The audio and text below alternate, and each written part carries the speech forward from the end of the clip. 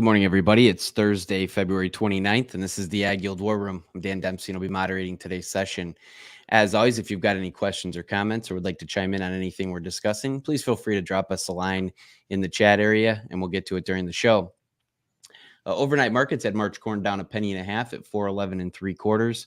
March soybeans down 14 3/4 at 11.19 1/4, and March Chicago wheat was down 3 at 5.68. This morning's export sales announcement was solid for corn, 1,082,000 for 23 and 165,000 for 24.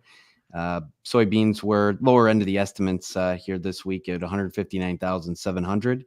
Wheat came back in the middle of the range at 327,300, and solid meal sales at 456,200. We did have headline PCE, which is a key inflation indicator, released here this morning. Came back right in line with estimates. We rose 0.3% on a monthly basis through January and 2.4% on a 12-month basis. As I mentioned, both of those numbers were in line with estimates, and stock market actually turned around here this morning on that data. Looking at delivery intentions as we've come into first notice day here today, a couple things that we'll touch on this morning. 702 bean deliveries, 484 Chicago wheat deliveries, 271 bean oil, and surprisingly 593 rice deliveries, which is pretty large number relative to that contract. Last piece of data here, we are through 19 of 20 crop insurance settlements. So today's the final day to set that spring crop insurance price. Corn currently sits at about 465.5, and soybeans are 1154.5. Good morning, fellas. A lot of stuff, a lot of numbers there to chew through here this morning. I think one of the bigger things that caught my eye this morning with the 702 bean deliveries, little bean weakness overnight. We'll throw it over to Justin just for some initial thoughts and then work it around the room. Yeah, thanks, Dan.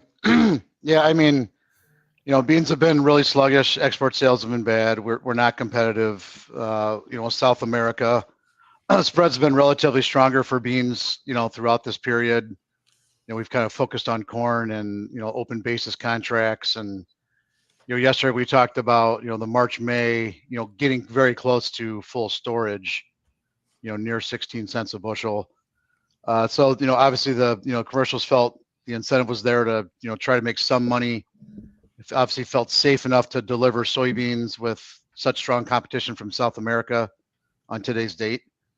Trying to earn some storage, won't be surprised me if, try to get the spreads wide enough and take it back in too. So, a lot of this is being willing to make the trade. It's like we talked yesterday, after first notice, it's a commercial game, right? So there's a lot less players. You could see even in the, the waterfall or the book of order flows overnight. March is, basically super thin now after yesterday. May's the lead contract. So, I think it is important. But again, you're talking about 5% of the volume now of players that are going to play that game on March, May spreads. But I think it is just an overall indicator of, it's the weak demand we do have in beans right now. South America's just been such a staunch competitor, and I think they're, more competitive than us all the way out through most of the summer right now. So that's the big one that stood out. Obviously, you mentioned rice. I'm not a rice trader. I'll be the first to admit I didn't know you could deliver 590 rice. So that seems like like that's got to be the equivalent of like 5,000 corn. I don't know. So those were big numbers. To your point on, exports. Corn has been, kind of picking up. I think corn's been actually pretty impressive, showing some signs of life. I saw 445,000 sorghum to basically China as well. So the stories of, hearing China import some Ukrainian corn, we're doing decent sales, China importing sorghum. So seems to be that grains are getting some kind of a value area here for importers, especially China. Soybeans, it's been just sluggish. I think overall trade's been a little weak, and majority of that's coming from South America still. So that's what I see here. Ben, you got thoughts? We've haven't seen you in a couple of days there, buddy. Figure you got some stuff for us. Yeah, I think the bean market is one has been the most concerning. Kind of the way it's just methodically gone down, and we've seen the funds build a pretty sizable short position. And I think that we're in a transitional phase for soybeans as we try to be less reliant on exports and more sustainable through domestic consumption. And I think we get there, but I think we're in a kind of a lull period, and it's gonna have fits with it. So I think we're going through a fit right now. We saw this with bean oil when it went through a big liquidation last year after, after everyone got really excited about some of the new mandates. So I just it's a tough market to watch right now.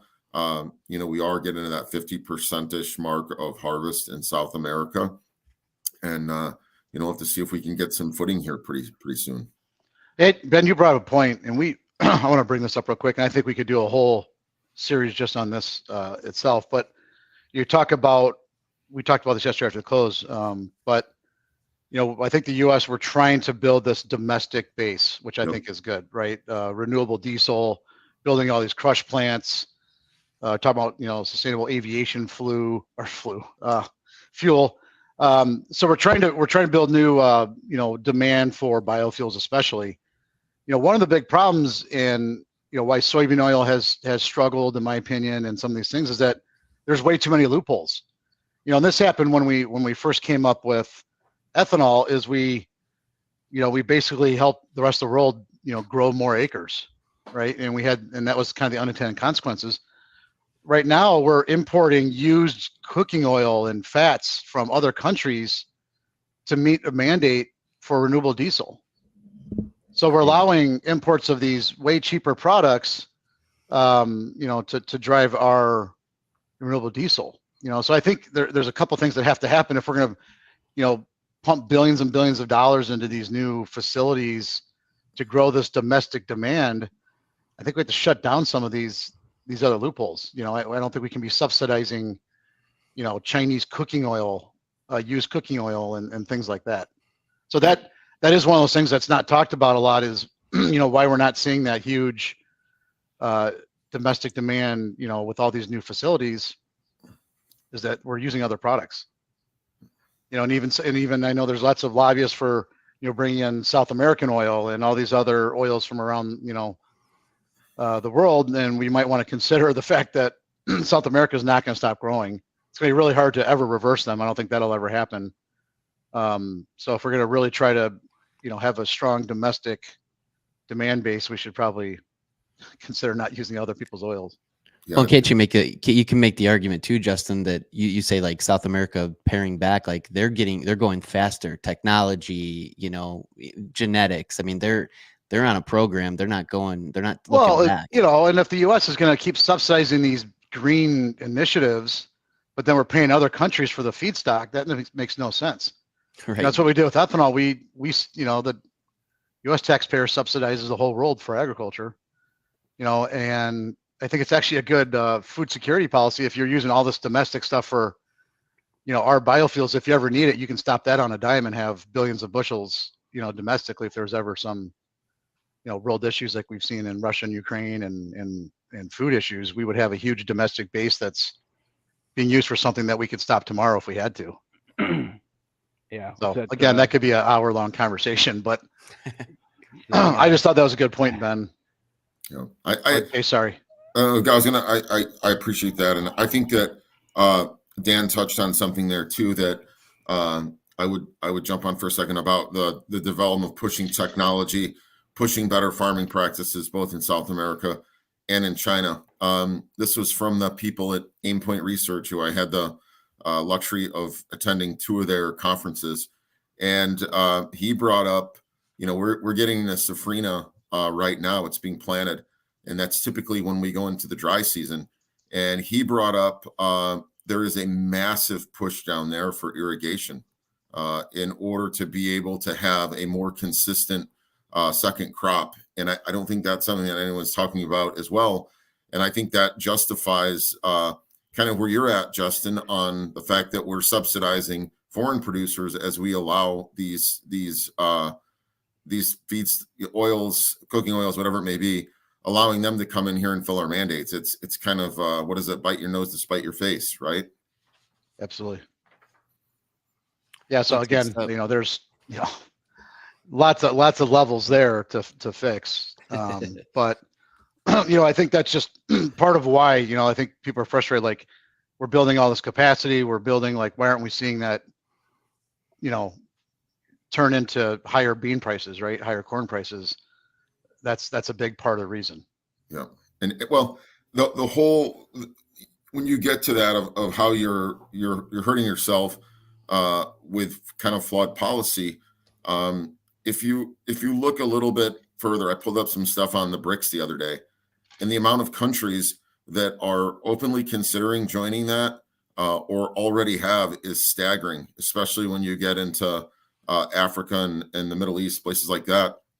And that too creates kind of I think a certain headwinds for us is they try to maybe do more business together, and you can see Putin following the former U.S. playbook by sending grain donations to places in Africa, and that kind of diplomacy can be really powerful to needy people. And I'm a little disappointed that we haven't stepped up to do some of that, especially with the glut of grain that we're trying to chew through right now. And I know that sounds kind of hopeful, but I don't think that we need to be second tier on the world stage when it comes to things like that.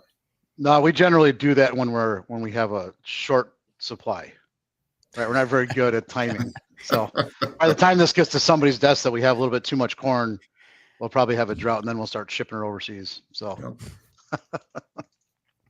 Yep. Real quick here, Dustin. So we're gonna, wrap up the spring crop insurance guarantees here today. It's gonna be our final settlement. We'll transition there till the next, to be a mad dash for the next 2 weeks to get your policies situated, analyzed. A couple thoughts, Dustin, as we get into that time frame, this next 2 week time frame, and then what I guess your overall thoughts and where we're going to set this price and what that's going to mean. Yeah, so I think it's pretty clear that the guarantees are going to be quite a bit less than they were last year. So the initial knee-jerk reaction we're hearing from the grower is, well, should I just go down on crop insurance then, right? Should I try to save money? I think one thing that we saw last year was a lot of people took ECO, and that made a lot of sense because we were in the middle of a major, 5% or greater price drop prior to the sales closing window. We have been dropping, but so has the average through this month. So it's been dropping pretty steadily. And in the last couple of days of support have actually pushed us, to where we're really not in sort of any proximity of a payment just from price alone.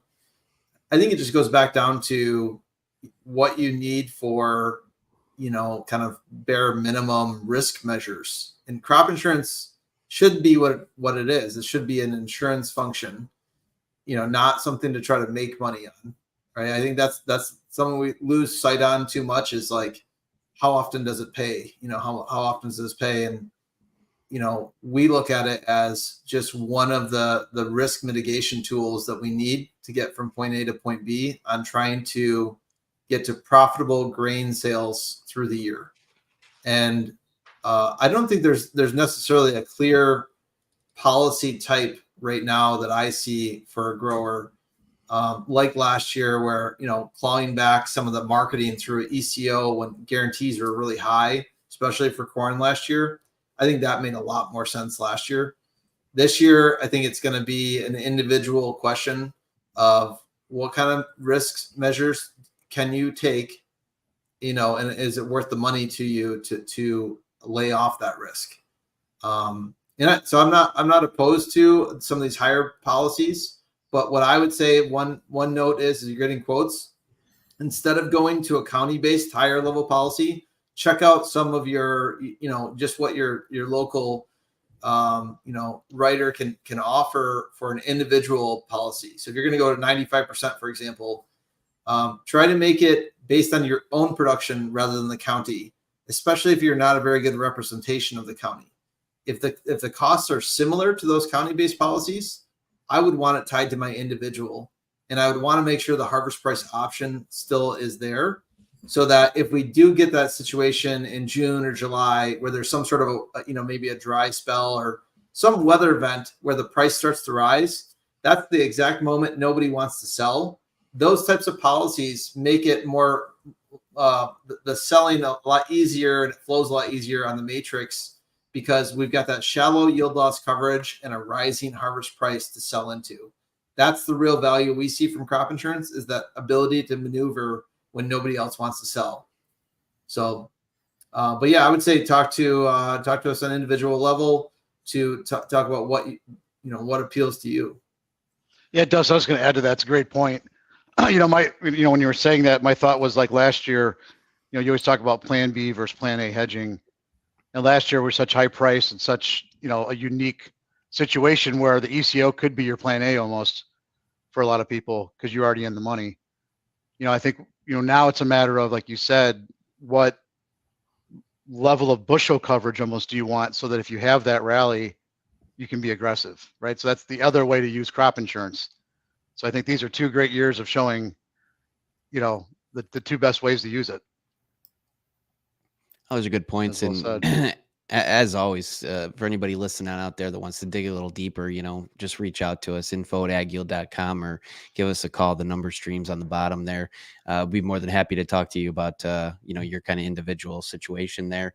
Rylan, real quick, we just came into the open, but I noticed a lot of weakness in April feeders there yesterday. Figure maybe you could touch on that a bit.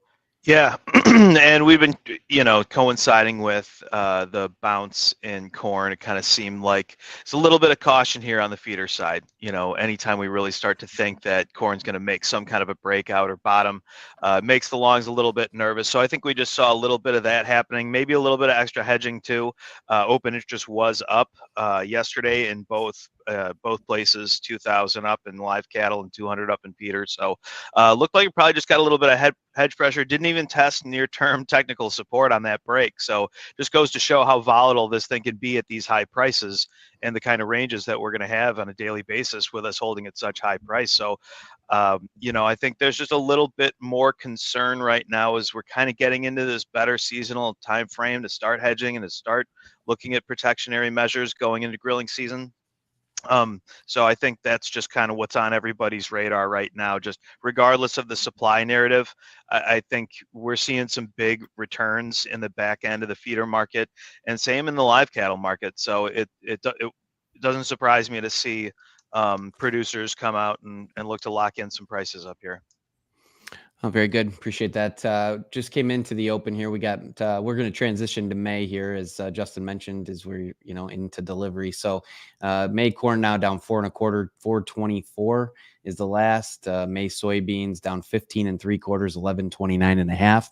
And May Chicago wheat down 3.5 at 571 1/4. We are streaming live every day that the markets are open at 8:15 Central Standard Time on X, Facebook Live, and YouTube Live. We'll be back tomorrow morning. It'll be Brian's Fun Fact Friday, so we're looking forward to that as always. Put a bow on the week.